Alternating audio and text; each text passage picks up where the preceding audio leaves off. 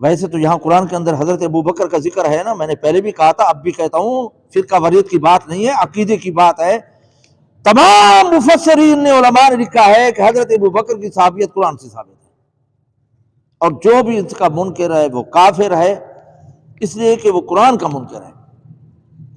تمام علماء کا اتفاق ہے کہ حضرت ابو بکر کی جو ہے نا خلافت کا اور ایمان کا منکر کافر ہے، چاہے کسے باشد، کیونکہ قرآن کے اندر حضور کی، اس کی جو ہے نا حضرت ابو بکر کی جو ہے نا صحابیت ثابت ہے اور ایمان ثابت ہے۔ اور اللہ تعالیٰ غریق رحمت کرے، علماء کو بڑے عجیب نکتے لکھے ہیں۔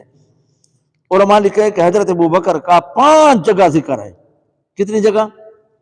5 جگہ پر اللہ نے ذکر کیا ہے۔ ثانی اثنین، 2 کون تھے؟ حضور اور ابو بکر، ذکر ہو گیا ہے نہیں ہو گیا؟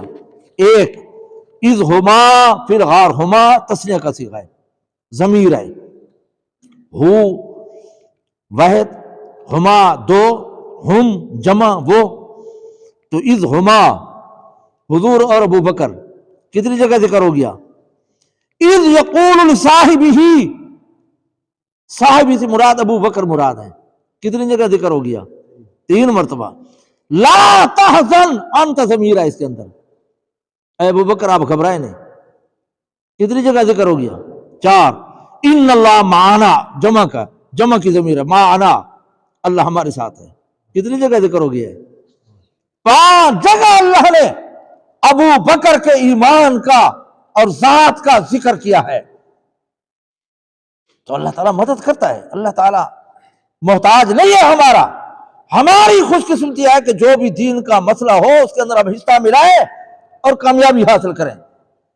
ہم نہیں تھے تو دین ترقی کرتا رہا، ہم نہیں ہوں گے تب بھی ترقی کرے گا۔